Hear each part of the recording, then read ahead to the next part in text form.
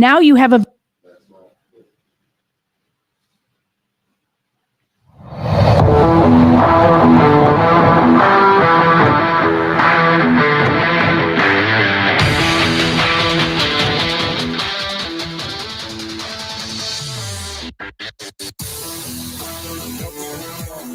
Show. I'm your host, Matt Pearman, and today we're joined by a special guest, Evan Johnson. JP Rock is out today at multiple family events and it's graduation season, so he is out today, but we're going to keep the show going and get everything rolling today. So, Evan, welcome to the show. Thanks for having me, Matt. I'm honestly super pumped to be here. I truly feel like it's an honor to get to be on the show, and I'm just excited. I always enjoy getting to talk to you, and I'm excited for a great conversation. Awesome. So Evan is a former Elite Football Academy student from many moons ago, and well, he's much younger than myself, but he's a guy who has got a great story to tell. He's someone that we deal with now in the business world, which we can get to. But Evan is a guy who's a heck of an athlete in his own right. They did a lot in the game of football. Had a heck of a high school career at Westminster, and he's going to give some real good insight today into multiple aspects of the game and his perspective, and I think learn from his story as well. So, Evan, would you just tell us a little bit about yourself? Yeah, absolutely. So, I mean, man, since I can remember, I mean, I always wanted to be a football player. I grew up watching guys like Tom Brady, Peyton Manning, Drew Brees, Phillip Rivers, that era. And I always wanted to play quarterback, and that's since the day I can remember, that's what I wanted to do. That's what I worked to do. Matt, I probably met you going into high school, freshman year. Yep. That's when we started training together. And I mean, honestly, just super grateful that I had the chance to, work with a guy like you. I mean, you were fundamental in my growth as an athlete and my ability to throw the football, and even, the skills training stuff that I did at Elite with my running and running mechanics and throwing mechanics. So, yeah, I mean, like Matt said, born and raised in St. Louis, went to Westminster, had a chance to play some college ball. I ended up walking onto my dream school, the University of Missouri. I was there for a couple years on and off. So when I look back on my just career as an athlete, I think I learned a lot through just being young and dumb and failure, and I have so many takeaways from that, more so than I think success and failure is a great way to learn. But yeah, so left Mizzou, I went to Missouri State. I wanted to go and compete, and just wasn't happy there. So I went back to Mizzou and, ended up getting moved to the receiver position, which, man, I just didn't want to play receiver. I found out pretty quickly I don't like football. I just like playing quarterback. So transferred again, ended up at the University of West Florida, which awesome school. I mean, I loved my time there. Pensacola, Florida. It's a awesome city, super cool college town. They're a newer program, Division II. They've already played in a few national championships. They've won one. I think it's just a matter of time before they're D1. But when I was there, had a chance. I was competing for the starting job, and had a pretty brutal injury in spring ball. They had the quarterbacks go live, which is it's a good way to see who playing live is a little bit different than when the quarterbacks are off limits, you know what I mean? So yeah. I get why they did it, but in that game, had a pretty nasty neck injury and had several concussions. And through that recovery process, I learned a lot. And, now what I'm doing for a career, I mean, it's really what kind of pushed me in that direction. Because a lot of the doctors that I went to, they just didn't have an answer, so I went more to like holistic doctors. And man, that's where I learned a lot about just nutrition. And, that's how I really healed from a lot of that stuff. And that's what, sent me in this direction for my career. And I know we're going to get into a little bit of that today, from what I understand, just the nutrition side of things. But yeah, man, I mean, that's a little bit about kind of my story. And well, you brought up an excellent point. And I think this is something that JP and I have touched on numerous times, but I think there's an issue, and you came out right out of the gate and you talked about learning through failure. And I think we live in this day and age where kids are so upset about so many different things. They're very sensitive to a bunch of different topics, and one of which is failing. Yeah. They don't want to fail in front of other people. They don't want to put themselves in a position where they might be made fun of.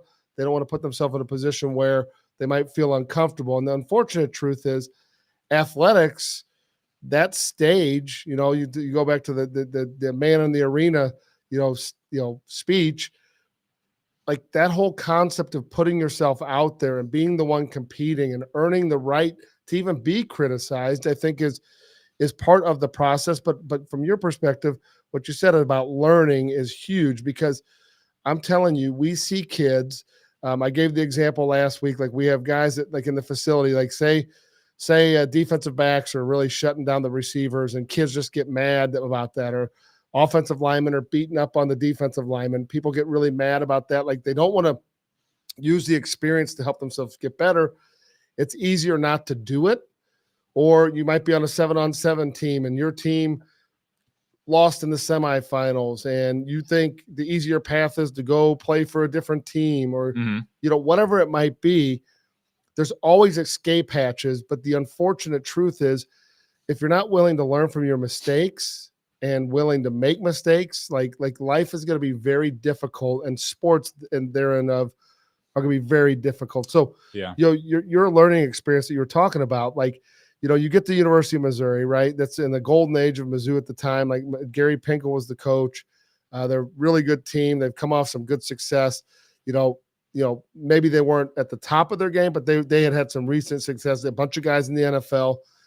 And you get there and you have this goal of playing quarterback, and then you realize a lot of times the fix is in. Like they don't necessarily care, right? Yeah, they want to see, if you can help them at another position, they're more than willing to have you there, right? And so, what was your experience like making that jump from high school to college? Major Division I college football. Yeah. Well, I mean, before that, Matt, I think that's a great point. What you talk about with failure, and I think part of what you touched on is like the willingness to fail. Like you have to be willing to put yourself in a position where you could very well fail, and like again through those experiences, that's where you learn and grow so much. And I think that's a perspective thing. I think that perspective takes time, because failure sucks, man. Like it's not fun to lose. It's not fun to go through those experiences. And I think again, in hindsight's where I learned a lot of this stuff. And there's even a quote that I love that stuck with me. It's a Kobe Bryant quote, and he was being interviewed, and they asked him like, "Hey Kobe, like how do you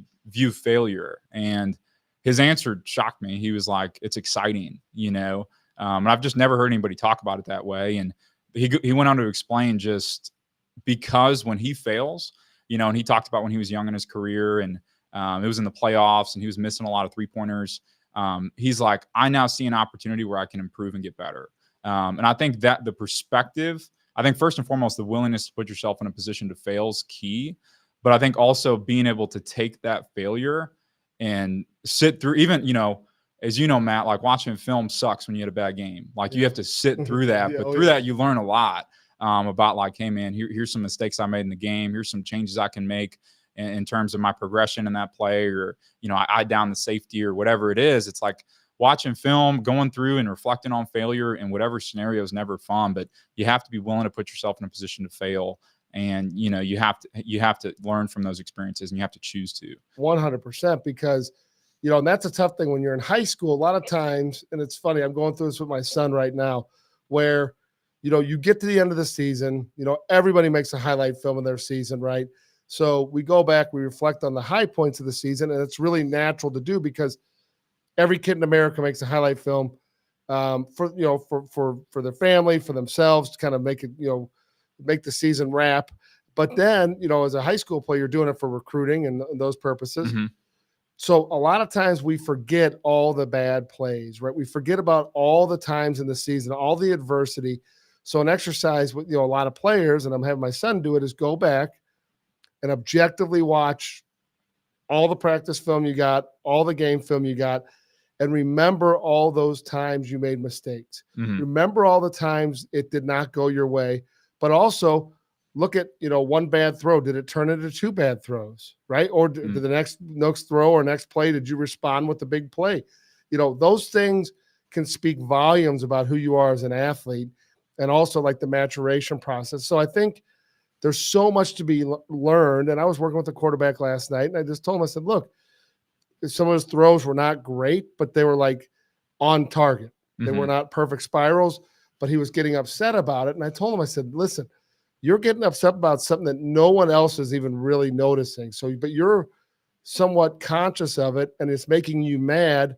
But what's making you mad? Internally, are you getting mad, or do you think you look bad because it's the spiral's not there? So, who are you holding yourself accountable? People that are judging you, that really have no say in the matter, right? The people that matter most is yourself in the equation and your position coach, right? Because those are the people that ultimately have the say in what happens in your destiny, if you will, as an athlete. And I think far too many people worry about things and people that have no influence at all in their grand scheme of their development. So, I think it's a tough lesson learned. And I think pushing through it and learning it at an earlier age is really, really good. But to your point, sometimes it does take perspective and time because you're not mature enough to see the light, right? Yeah, so to for speak. sure. No, for sure. And I think that's why, having, great coaches or great people that can kind of instill that perspective is important too. But to get around to your initial question of like, what was the biggest difference between, or kind of that transition going into college? There's definitely a pretty significant transition, when you go from high school Missouri football to, SEC football. And, there's a difference in size for sure. And a difference in speed. For me, the biggest difference was the complexity of the game. When you look at how much more complex the offenses are or the defenses are. And, when you line up against a defense in high school, it's like you can look out there and it's like, all right, it's cover two. From then it's easy to pick those defenses apart, but you go out there and you're playing college ball. You get out there and you think it's cover two, and then all of a sudden they're disguising the coverage and they switch into 3 or 4 or 6 or something like that. And it's just, man, that was a transition for me because my offense in high school was very simplistic, and even like understanding, just some of the basic fundamentals of the game. Like I didn't have that stuff. So that was a big transition. I think, for me, again, being able to look back and wish that I did things differently. For me, it was just I had a major lack of focus. Going to a big school like the University of Missouri, it's like, man, there's like I talked about, since I was a young kid, all I wanted to do was play football. And then I got to college and, man, all I wanted to do is have fun, and that became my focus. There's just so much temptation at a school like that when it comes to, and you think it's what you're supposed to do. You think you're supposed to go out and party and, go to the bars and pursue girls and that kind of thing. And it's like, man, there's so many distractions. And if you want to make it at that level, especially in a position like I came in, like, man, you got to be dedicated. You got to take it seriously. You got to approach it like a job. And it's, you just have to, man, I feel like I pissed away a lot of opportunities, just by I had great opportunities. I just didn't prepare for them and dedicate to them like I wish I would have. And to that point, I think it's like anything else in life, right? Like there's choices that you have to make. It's no different than being successful in business. Like there's so many distractions, so many things you should be, that you can do, that you can enjoy. But you have to understand there's a cost to all of that. So we were talking about Brady Cook a few weeks ago, and I had asked him, I think after spring game, I said, hey, we were talking. I said, what are you guys doing tonight? He goes, well, I'm gonna get dinner with my family and then I'm gonna go out. And then I said, well, how many times do you go out a year? And his answer was he goes out twice a year, right at the end of the season and right after spring ball. I love that. So that level of dedication, right? And he was doing that when no one even knew who he was, really. People knew who he was, but they didn't know who he was. Yeah. And I think there's something to that. And there's that dedication to yourself, the mission at hand, right? And a lot of times, and at your age, when you're distracted by it, you're part of the majority. Like the vast majority of kids is going to enjoy the process, but that delayed gratification is really difficult when it comes to being an 18-year-old, good-looking guy on a college campus full of distractions and fun times and all those things. Because there are plenty of guys on your football team that will go have fun, right? For sure. There is a whole subset of people and there's some guys, and you've seen it, where it's a lure. Like some of them are actually pretty good at doing both, right? There's some guys that can actually do it, and and who knows what level they're holding themselves back, but there are certainly guys. I remember being in winter conditioning that would be out the night before and then in there the next morning, and I'm thinking, how are you doing this? This is unbelievable. Like they're torturing us, and you you can still smell the night before on For on sure, this guy, yeah. and he's surviving the workout. So Yeah, but yeah, those distractions I think are very real, and to ignore them is at your own peril, because you're going to experience that. And I think for sure. that whole in Mizzou and any other big school is going to have plenty of distractions, and smaller schools will have distractions, right? So, Yeah.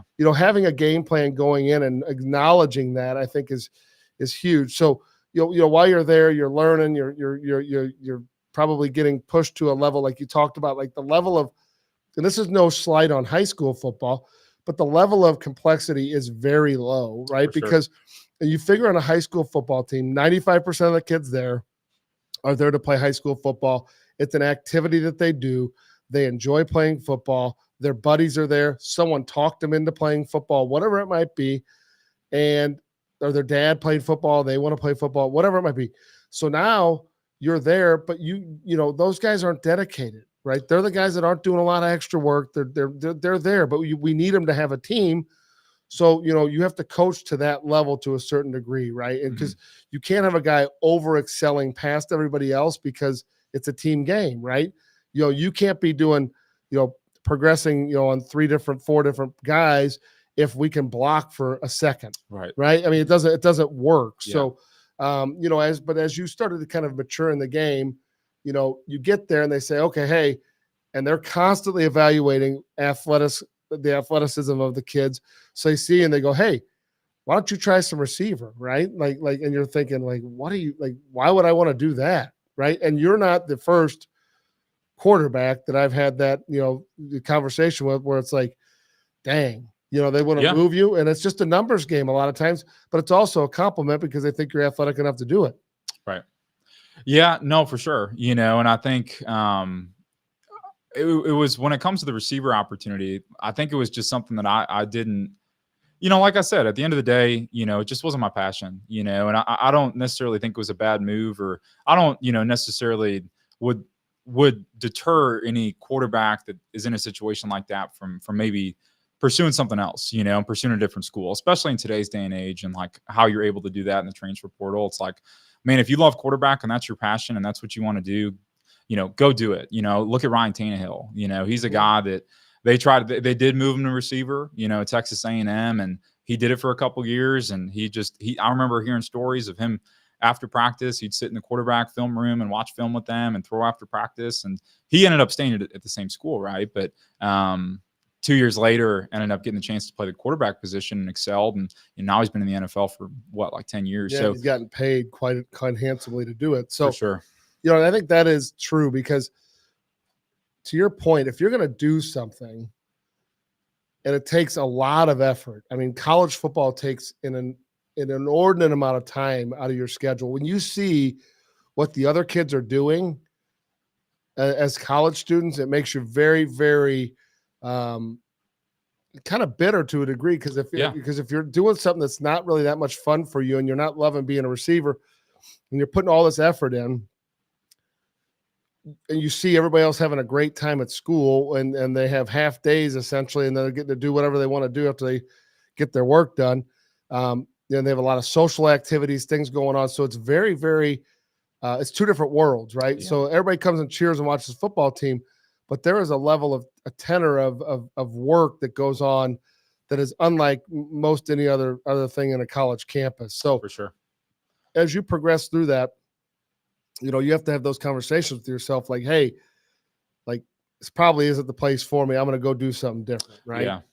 Well, 100%, and even thinking back to what we were talking about before that, and it relates to this too. I think in life, what I've learned is you have to do essentially what the opposite of what everybody else does, like what the majority does, right? And I think it's even fair to say on a college program like that, probably the majority of the team is worried about the wrong stuff, man, and there's even almost a sense of peer pressure to it, like the kids that are focused on football and watching film and staying in. It's like, dude, what's wrong with that guy? That's kind of the mentality at times. Then you're on that campus and all your, for me, I mean, I had a lot of buddies that were in fraternities and stuff like that. So it's like, man, I fell into what everybody else was doing. But if you want to make it at that level, if you want to make it in business, and that's what I've learned in my career, getting to work for Andy Frisella. I mean, just a lot of great leaders and people that I've gotten to watch learn who excel in business and in life that way is they do the opposite of what everybody else does. And really what everybody else is not willing to do.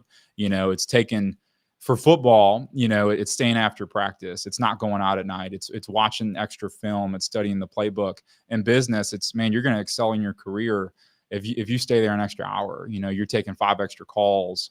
You're learning more about the business. You're reading books. You're watching podcasts to trying to develop your mind and your skill set. And man, in any area in life, if you look at guys like Tom Brady or Michael Jordan, I mean, those guys weren't the most athletically gifted or God had the most God-given ability.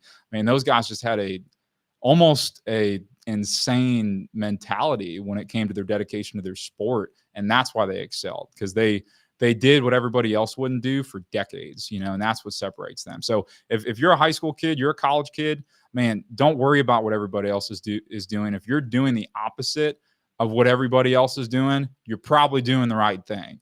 And you have to have that mentality to separate yourself. That is well said, because, as you start to see Tom Brady's, he's wrapped his career and he's starting to do a lot more speaking engagements, and he's doing a lot of just events, and he's opening up and kind of letting people know like what his mentality, we knew when he was a player, you could hear it, but he's saying a lot more about like, basically like get rid of your excuses, get rid of all the distractions, all those different things. And you referenced Kobe Bryant earlier. He talked about, getting up and his incessant ability to practice. There's got to be a reason why you're doing these things, and it should not be external. It should not be, hey, these people, I have to do this because coach said this, right? I have to do this because my parents want me to. There needs to be an internal drive that says, I'm going to do this because I want to do this.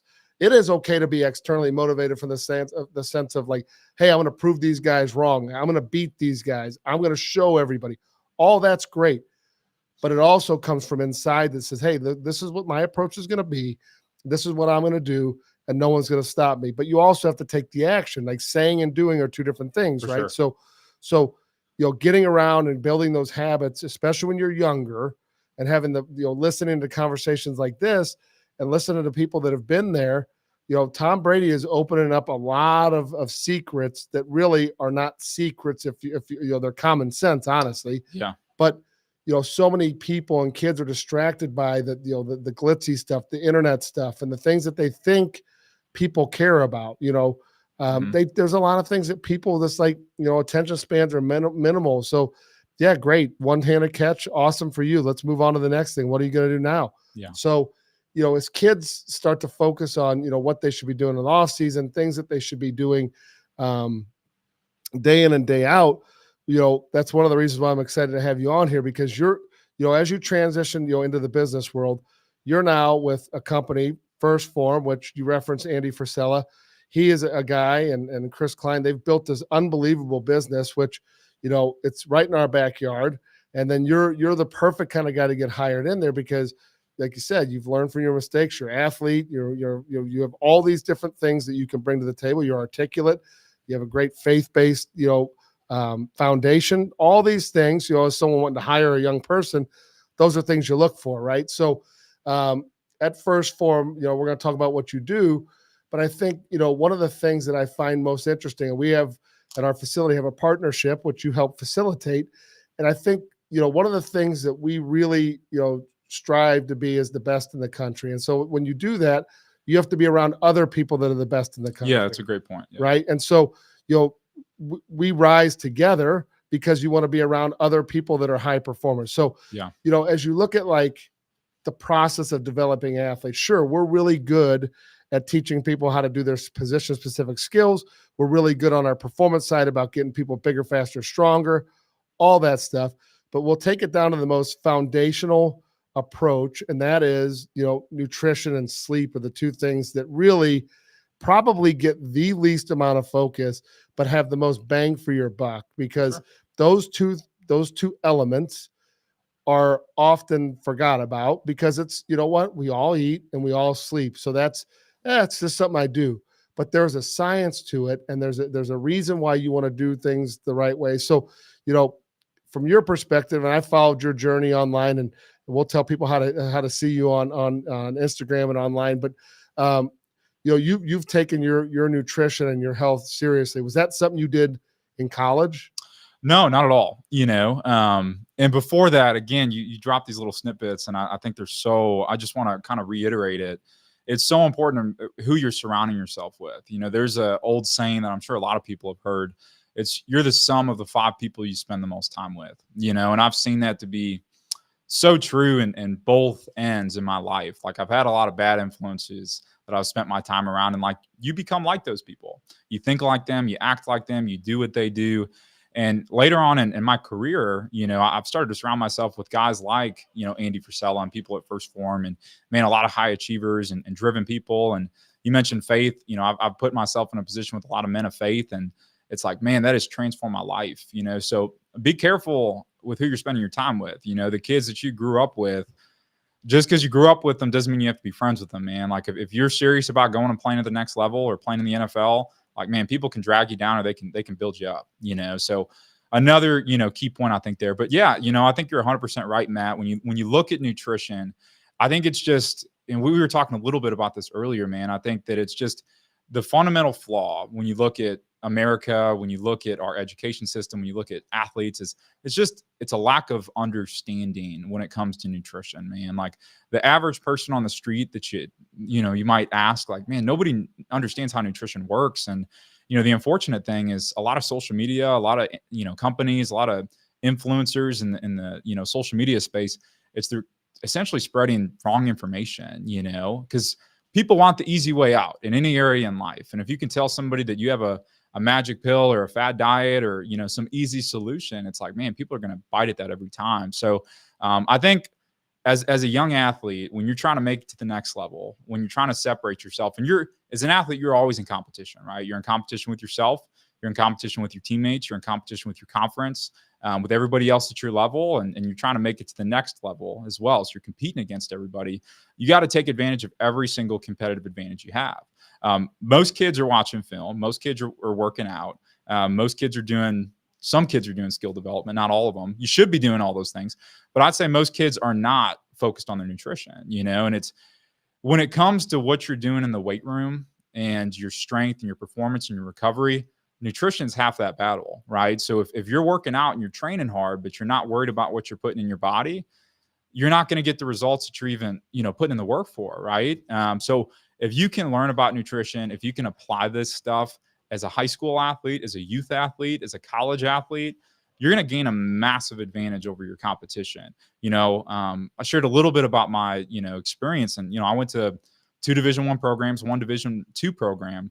Man, none of these schools, Mizzou the most, but very minimal when I was there, any information on nutrition. I mean, dude, most of these guys are, myself included at the time, were fueled by chicken fingers and French fries and ice cream. And, you know, again, a lot of guys are out. Tastes good, right? Yeah, for sure. You know, and a lot of guys, exactly right. You know, and I think that when a lot of people look at nutrition, I think another misconception is, well, you got to eat healthy. And I think most people don't really categorize healthy well either. You know, for them, that's just eating, you know, salads or, you know, cutting out stuff like that. It's just, you have to look at nutrition as really, it's a output and input thing. Like what you're putting into your body is what you're going to get out, and you have to be giving yourself the right nutrients. I'd say the biggest thing, like low hanging fruit, that any athlete or probably anybody can apply, even parents out there that might be listening to this, is you got to eat more protein. Most people are significantly under eating protein. Even in my experience, when I first started to learn about this stuff, Matt, like if I was like, man, if I'm doing one thing right, I'm eating enough protein. Right, yeah. Until I tracked my food. And that's what, you know, we can get into that. But tracking your food is essentially the only way that you can really understand what you're eating, you know, and then you can really dial this in and get the exact results you want. You know, and there's apps for that. First Form, we have a nutrition tracking app. Yeah, there's we'll put a link to the app that they can look at, because that's something I want you to talk more about, because the app, especially everybody's so used to using things like that now. Yeah. But kids in particular, you if we could teach at this younger age, not only is it going to help them in their athletics, but it's going to help them long-term in life. And unfortunately, there's just so many choices out there, and they pick what's easiest, right? And they move on. And then, but it's this cascade effect of like, it just starts to erode your performance. And yeah, there are guys that are good enough to get away with it, but eventually you're going to run into people that are doing it the right way. Yeah, for sure. No, 1,000%. There is guys that get away with it. And, there's examples like in golf, John Daly, and in football, Chad Ochocinco, he's big on he's a McDonald's guy, and he always brags about how he ate McDonald's all the time. But if you really think about it, that's the exception to the rule. And what if those guys took it seriously? Like, how much different of an athlete, how much bigger of an impact could they have made? And if you look at the best of the best, think about guys like LeBron James, Tom Brady, anybody at the top of the sport, they are dialed in on their nutrition, man. It's this is something they take very seriously. So you should probably do the same thing, if you're trying to be a better athlete. But yeah, from a protein standpoint, most people are under eating protein. When I first tracked my food, I would say most people are probably in this ballpark. You're probably eating 100 to 120 grams on a daily basis. As a male, as an athlete, that's significantly under eating protein, and protein's essential. It's a key structural component to pretty much everything in our body, our hair, skin, our bones, our nails, things like that. But as athletes, it's essential to recover and build muscle tissue. So again, if you're training hard, if you're in the gym, you're lifting, you're squatting, you're running, and you're under eating protein, well, you're not recovering properly. You don't build muscle in the gym, you break it down. So if you're not eating enough protein, well, you're not going to rebuild and gain the muscle that you're putting in the work for, right? So a general rule of thumb is you should be eating about 1 gram 1 gram of protein per pound of your goal body weight. So for example, I'm currently about 215 pounds. I'm in a bulk right now, so I'm trying to gain weight. I'm trying to get to 225. So on a daily basis, I'm eating 225 grams of protein. And that's a bit of a challenge sometimes, and I think a good way to start to implement this is focus all of your meals that you're eating around protein. So for breakfast, don't eat waffles and syrup. You got to eat a lot of protein, man. So it could be eggs, egg whites, Greek yogurt. That's a great way to get in some protein in breakfast. For lunch, it's as simple as like beef and rice. I eat eight ounces of ground beef every day. That's roughly like 60 grams of protein, a cup of rice. It's a great way to fuel for a workout or for football practice. It's simple, right? Back to what I was talking about. Tastes good. Yeah. It doesn't, good. Yeah, it tastes good. It's not complicated. You can do it consistently. You can meal prep that. And then for dinner, something similar. So you have to surround your meals around protein. And if you can do that, you're going to notice a massive difference in the muscle that you're building, the strength that you have, your ability to recover from your training sessions. And again, this is one simple thing that you can do as an athlete to separate yourself. And the only way that you know how much protein you're eating is by tracking it. So download an app where you can do this. There's bar scanners on all the food that we eat. Yep. And you just scan the barcode, you'll track it. You kind of get a good baseline of where am I at. I'd say you're probably safe bet. You're probably under eating protein. And then you can really start to build your diet around that. And there's some other things that maybe we could get into that are, some good low-hanging fruit like that people can take and apply. But I'd say that's a big one. I think, with the young athletes too, so we get asked all the time, like, okay, what should I be supplementing? So I think first things first, as you said, spend time eating the right foods, okay?